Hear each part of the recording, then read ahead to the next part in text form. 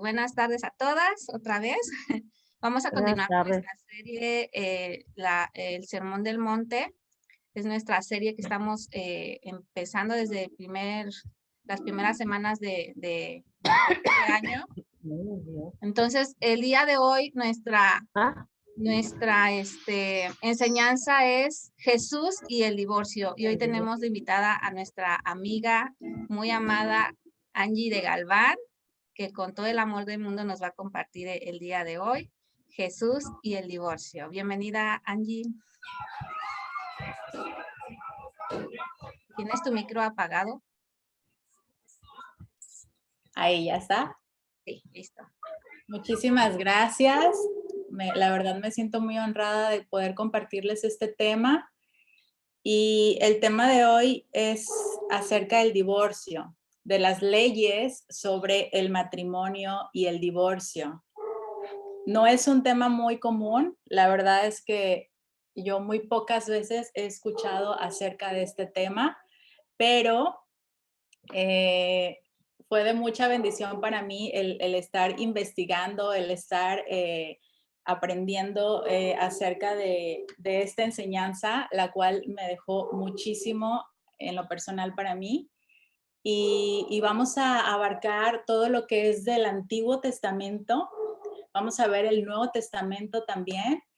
Vamos a conocer unas doctrinas que se estuvieron compartiendo en ese preciso momento cuando Jesús empieza a hablar sobre estas cosas.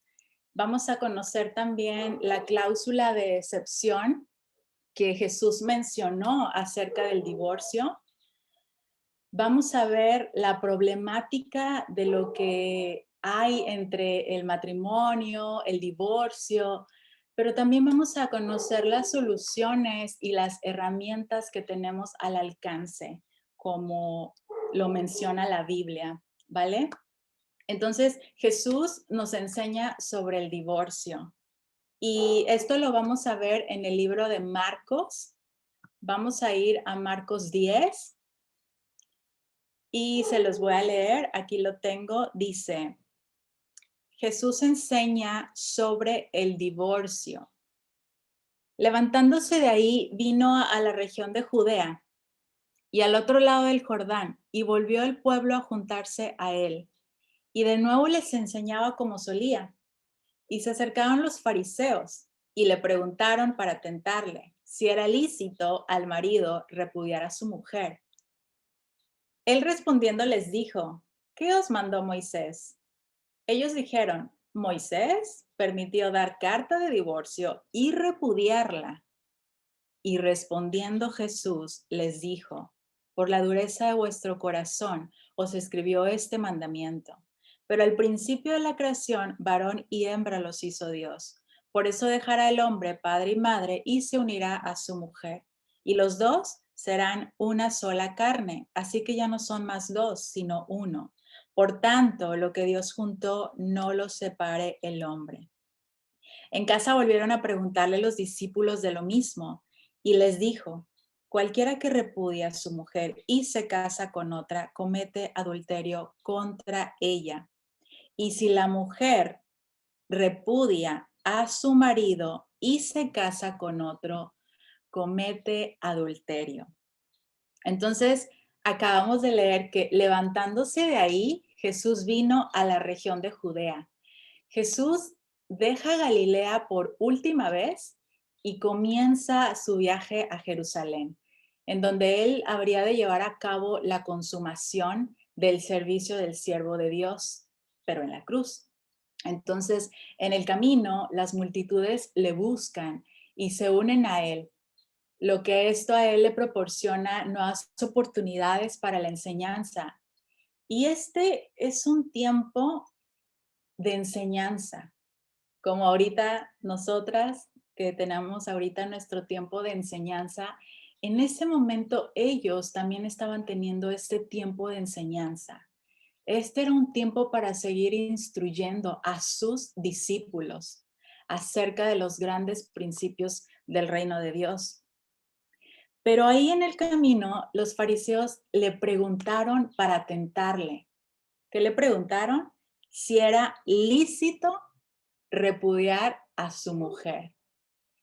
Los fariseos aparecieron aquí nuevamente en la escena con las mismas intenciones de siempre, buscar cómo atrapar al Señor, con sus palabras, como con el fin de crearle problemas.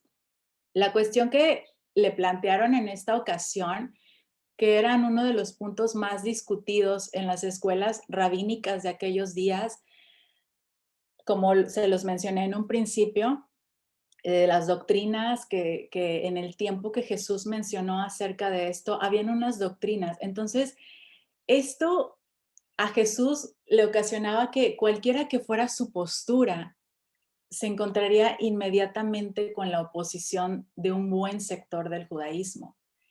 Y aquí vemos cómo continúa el tema del conflicto entre la controversia de los líderes religiosos, porque previamente en Mateo le habían cuestionado a Jesús mientras él hacía su obra en Galilea, pero ahora Jesús estaba siendo cuestionado en Judea y otra vez con esas preguntas que pues no eran honestas. Ellos hacían sus preguntas como tentándole, porque ellos esperaban tenderle una trampa a Jesús. Cuando ellos le preguntan, ¿es lícito al hombre repudiar a su mujer? Esto era, lo que sucedía era que el divorcio era algo controversial en los tiempos de Jesús, con escuelas de pensamiento centrado alrededor de sus más famosos defensores. Y la primera doctrina que vamos a ver, que era la doctrina de la escuela de Rabbi Shammai, que era un punto de vista más estricto, como menos famoso, y la segunda escuela era la del Rabbi Hillel, que era un punto de vista como más popular. Esto se los menciono para que vayamos entendiendo un poco más el contexto del momento en el que Jesús se encontraba, para que entendamos por qué las preguntas que los fariseos le hacían eran tan con un dolo. Entonces, entre los judíos de este tiempo, el matrimonio era un deber sagrado. Por ejemplo, si un hombre no se había casado a la edad de 20 años, a excepción de consagrar su estudio a la ley, era culpable de romper el mandato de Dios, ese mandato donde Dios dice fructificad y multiplicad. Ellos decían que al no tener hijos, ello mataba a sus propios descendientes y por consecuencia habría disminuido la gloria de Dios en la tierra. En teoría, los judíos de este tiempo tenían una idea alta del matrimonio, pero sin embargo ellos tenían un punto de vista bajo de la mujer. Los judíos realmente tenían puntos de vista muy bajos de las mujeres y ahorita vamos a ver por qué. Vamos a poner un ejemplo. En aquel tiempo, una esposa era comprada siendo considerada como una propiedad. Era usada como esclava en el hogar, pero también era desechada a su antojo. Pero hoy en día, si reflexionamos un poco esto, hoy en día el hombre también tiene un punto de vista bajo de la mujer. Y trágicamente, las mujeres también no tienen un punto de vista bajo de las mujeres. Pero aquí su punto de vista de las mujeres para ellos significaba su idea alta del matrimonio. Y esto era constantemente comprometedor. Y esos compromisos fueron hechos en leyes, como por ejemplo en el pensamiento de Rabbi Hillel. Y bajo el pensamiento de Hillel, un hombre podía divorciar a su esposa si ella, por ejemplo, acababa de echar a perder su cena. Imagínense, o si salía con el cabello suelto. Entonces, también para ellos, por ejemplo, si hablaba con sus padres de él de una manera irrespetuosa en su presencia, para ellos era causa de divorcio. O por ejemplo, si era una mujer rencillosa, que su voz o sea, casi que se escucha al otro lado de tu casa, para ellos era así como que, uy, no, o sea, no, tú no puedes hablar así de esta manera, ¿no? Pero había un rabí que se llamaba Rabí Akiva, que incluso este rabí me llamó mucho la atención porque este rabí, imagínense, fue al grado de decir que un hombre podía divorciar a su esposa si encontraba otra mujer que le gustara más. O sea, si él consideraba que era más bella, ya con esto era suficiente. Entonces, cuando ellos mencionan por cualquier causa, estas palabras eran realmente el centro del debate.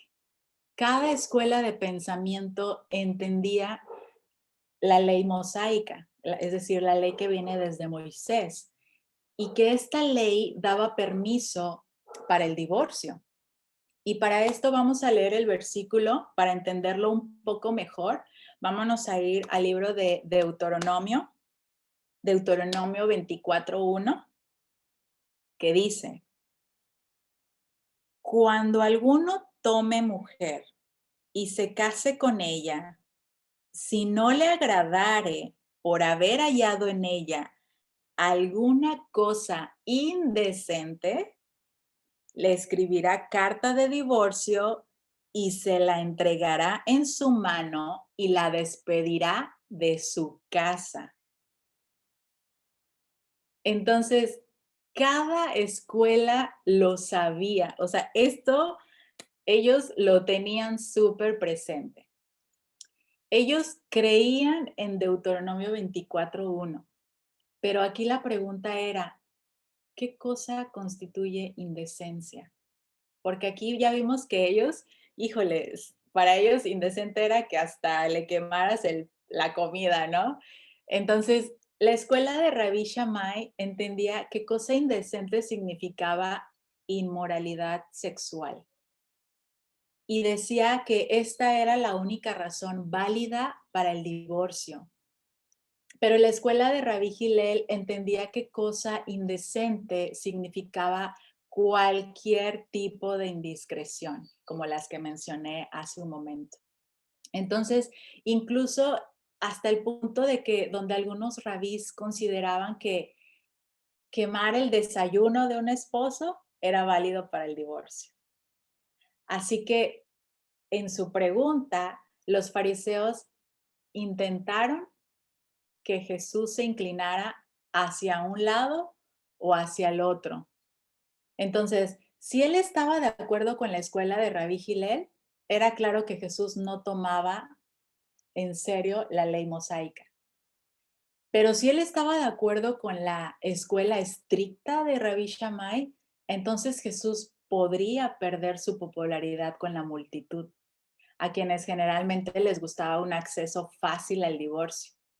Y los líderes religiosos tenían razones en ese momento para atrapar a Jesús. Con todo este dilema, ellos creían que con esto ya lo atrapaban.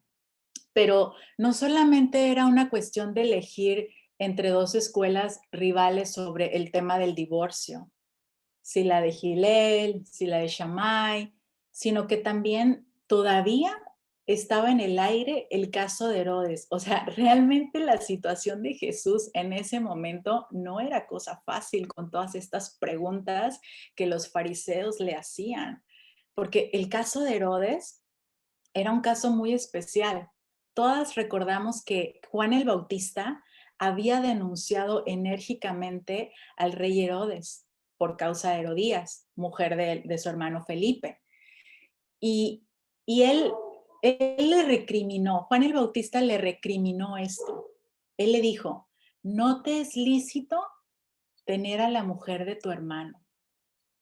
O sea, y obviamente, como sabemos, el haber dicho esto a Juan el Bautista, le costó la vida. Lo mataron. Entonces, aquí yo me preguntaba, Decía, ¿hablaría Jesús con la misma osadía con la que la había hecho Juan? Su vida realmente dependía de todo este contexto que acabamos de ver. Entonces, los fariseos sabían que si era así, esperaban que esto condujera al fin de su vida, sin que ellos que tuvieran mancharse las manos.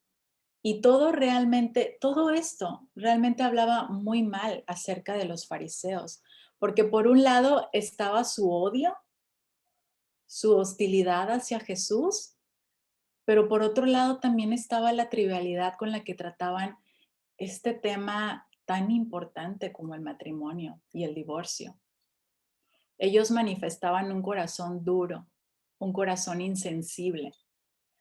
Para ellos, el matrimonio no era algo así como un vínculo definitivo. O sea, su propia pregunta revelaba que pensaban en el matrimonio como algo temporal.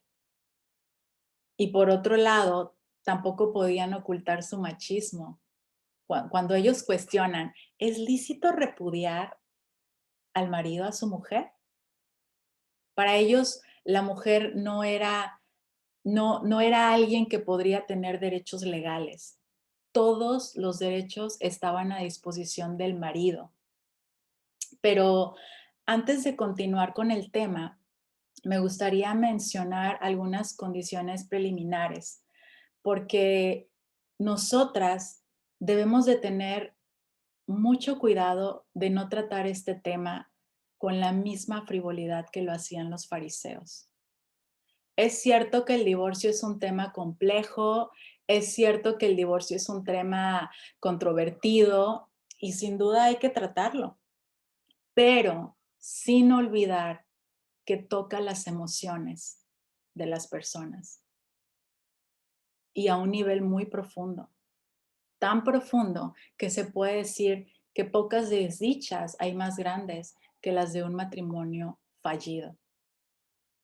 Por lo tanto, cuando nosotras hablemos de todo esto, no podemos exponerlo simplemente como una doctrina fría, como un tema doctrinal frío, sino que debemos pensar siempre en personas, en relaciones rotas y en mucho sufrimiento.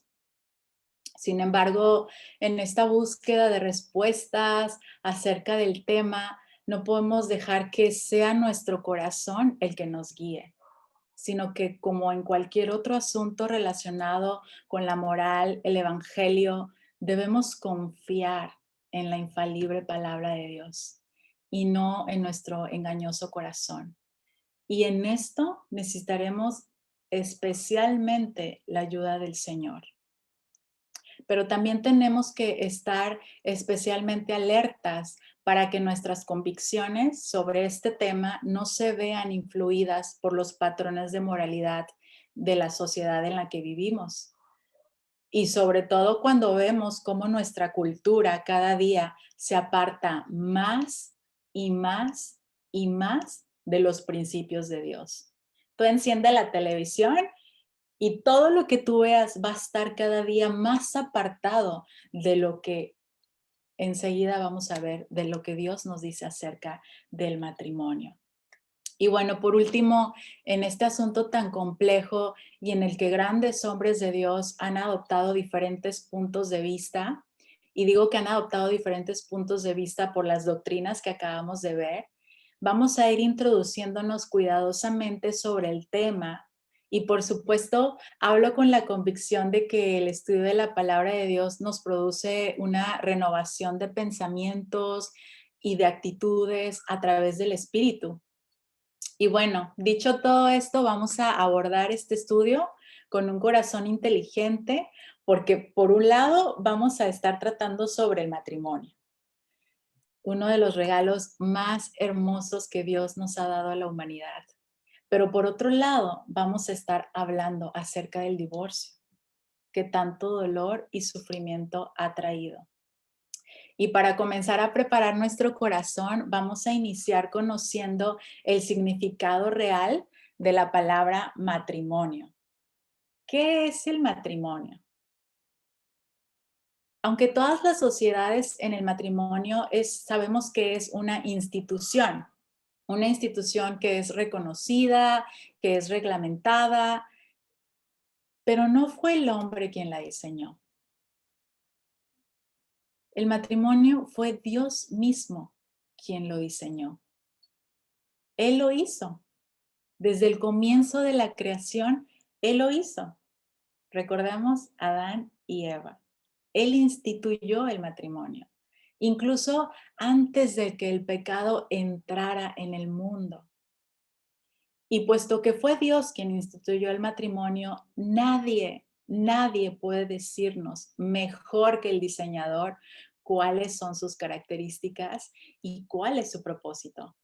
Y en el libro de Génesis nos va a dar algunos detalles sobre esto. Vamos a ir a Génesis, al capítulo 1, versículo 28. Dice, y los bendijo Dios, y les dijo, fructificad y multiplicaos, llenad la tierra y sojuzgadla, señoread los peces del mar, en las aves de los cielos y en todas las bestias que se mueven sobre la tierra.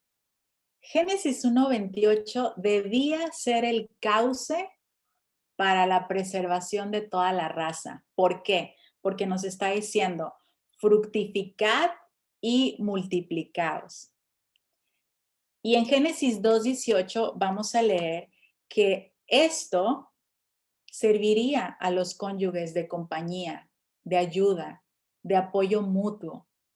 Porque dice, y dijo Jehová Dios, no es bueno que el hombre esté solo, le haré ayuda idónea para él.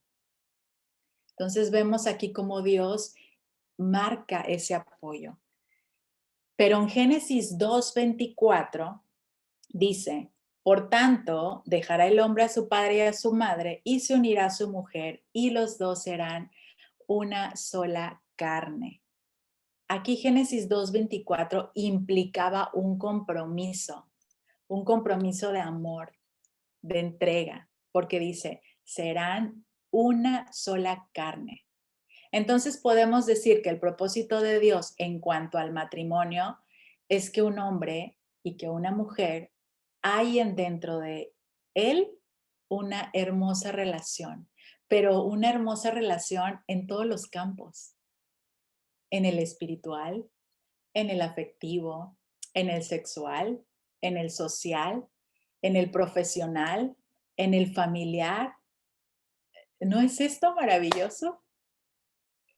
Realmente lo es. El matrimonio es un pacto.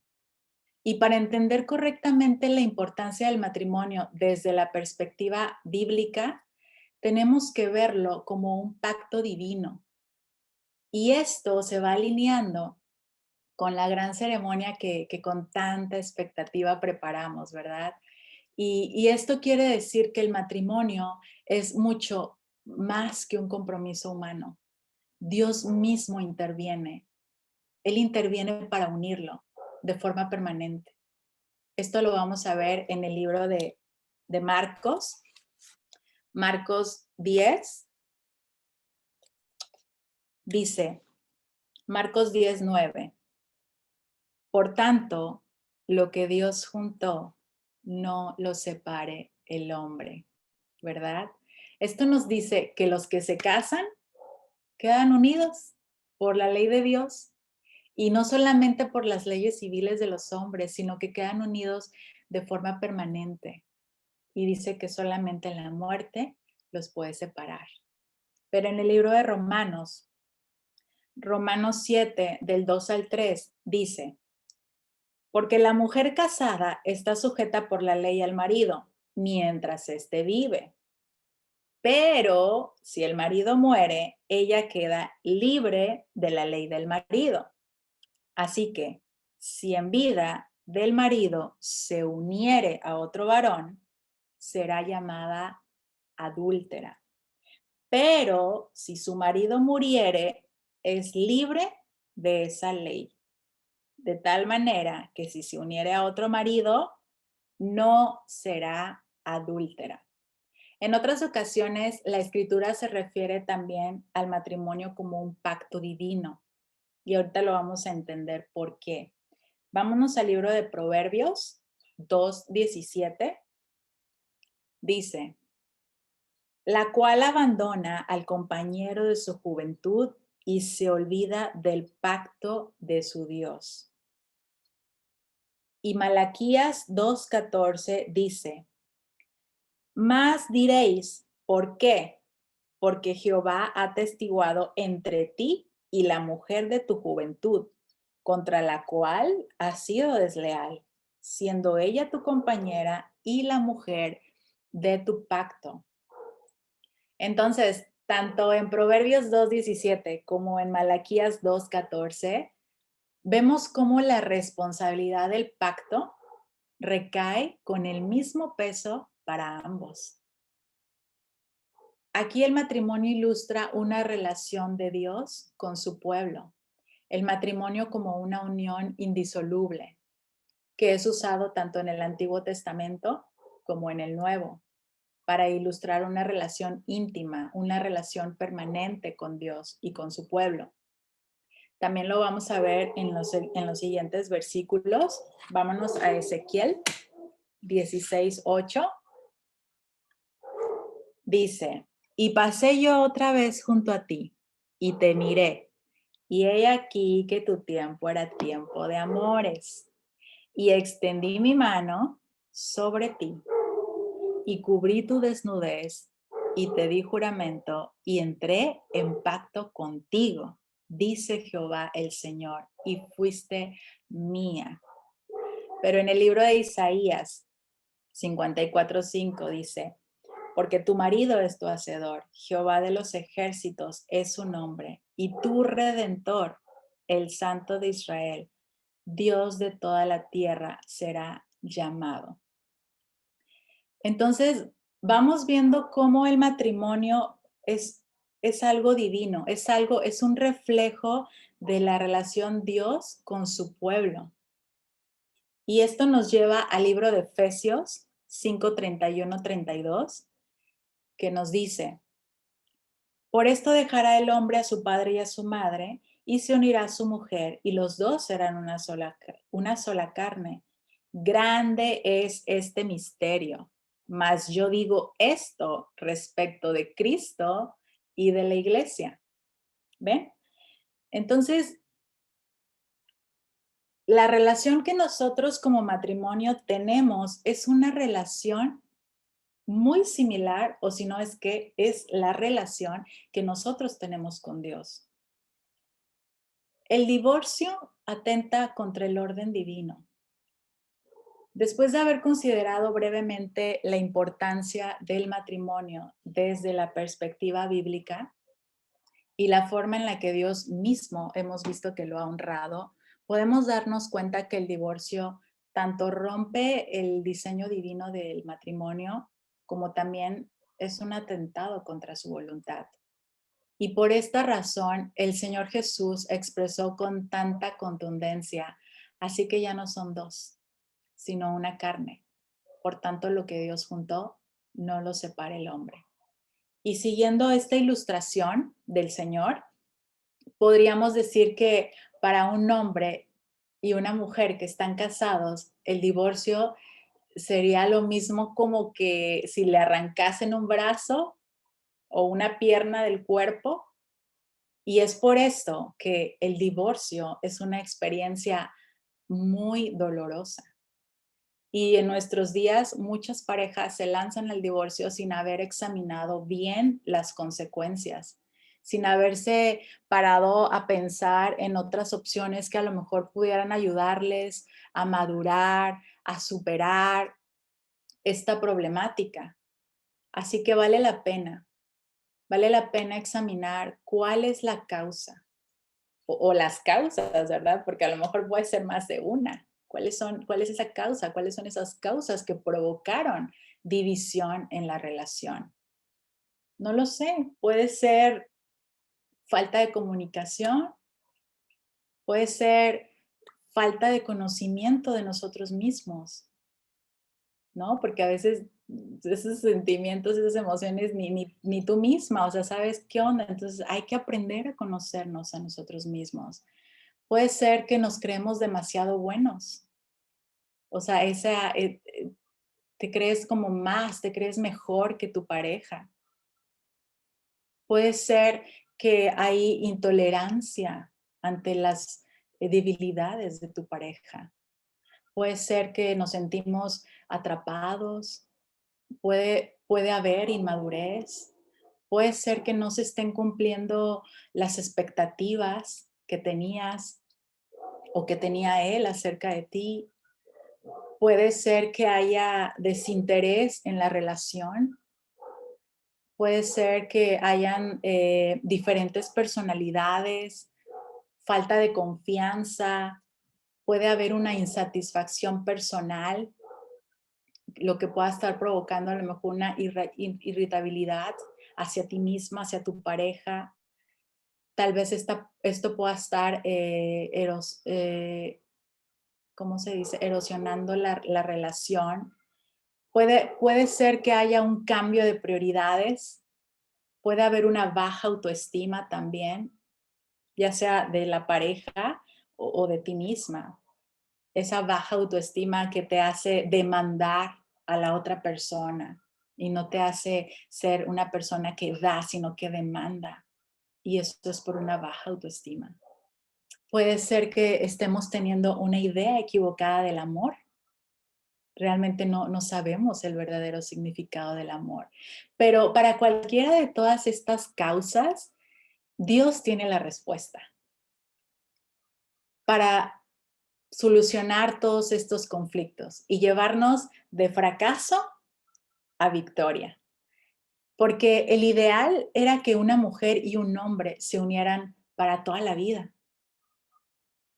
Y como lo leímos en el libro de Génesis, que dejará a papá y a mamá y se unirá a su mujer y será una sola carne. O sea, ahí vemos que este es el ideal de Dios, que nos casemos para toda la vida. Y por muy terrible que parezca el escenario, debes aprender a confiar tus decisiones de vida al Señor. Él solamente necesita que nuestros corazones estén dispuestos y la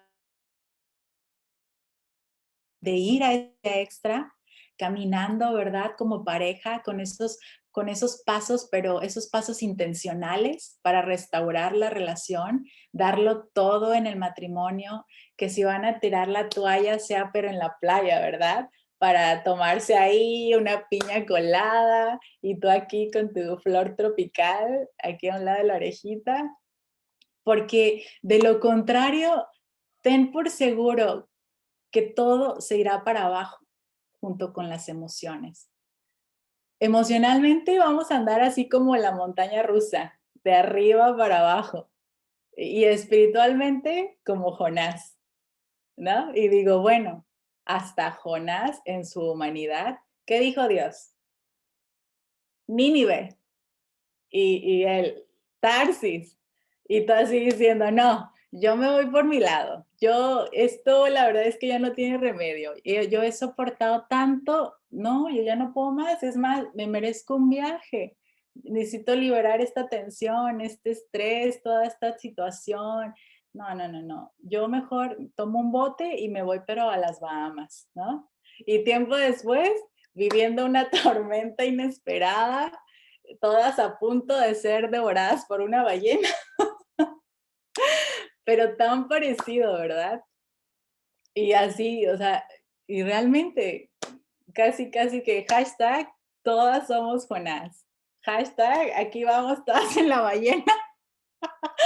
Hashtag el problemón se me vino encima, sáquenme de aquí. Pero es que no solamente somos nosotras las que sufrimos, los hijos viven cosas durísimas durante el divorcio de papá y mamá. Así como Jonás, no solamente fue su desobediencia lo que lo llevaría a vivir todas estas experiencias inimaginables, porque imagínate terminar dentro de una ballena todo por desobedecer a Dios. No, bueno, la Biblia dice que un pez grande, ¿no? sino que también llevó a toda la tripulación, a todas las personas que iban ahí con él. Ellos también sufrieron la tormenta, el caos dentro del bote. Y según explicó Jesús, Moisés permitió el divorcio por la causa de la dureza del corazón de los israelitas. Pero vamos a ver el contexto de todo este capítulo. Vamos a leer Mateo 19, donde dice Jesús enseña sobre el divorcio. Angie, perdón ¿Sí? que interrumpa. Tengo 2 minutos y no quisiera que se cortara la explicación. ¿Puedes continuar en una siguiente liga lo que vas a explicar ahorita? ¿Sale? Va, Les perfecto. mando la liga ahorita. Gracias. Vale.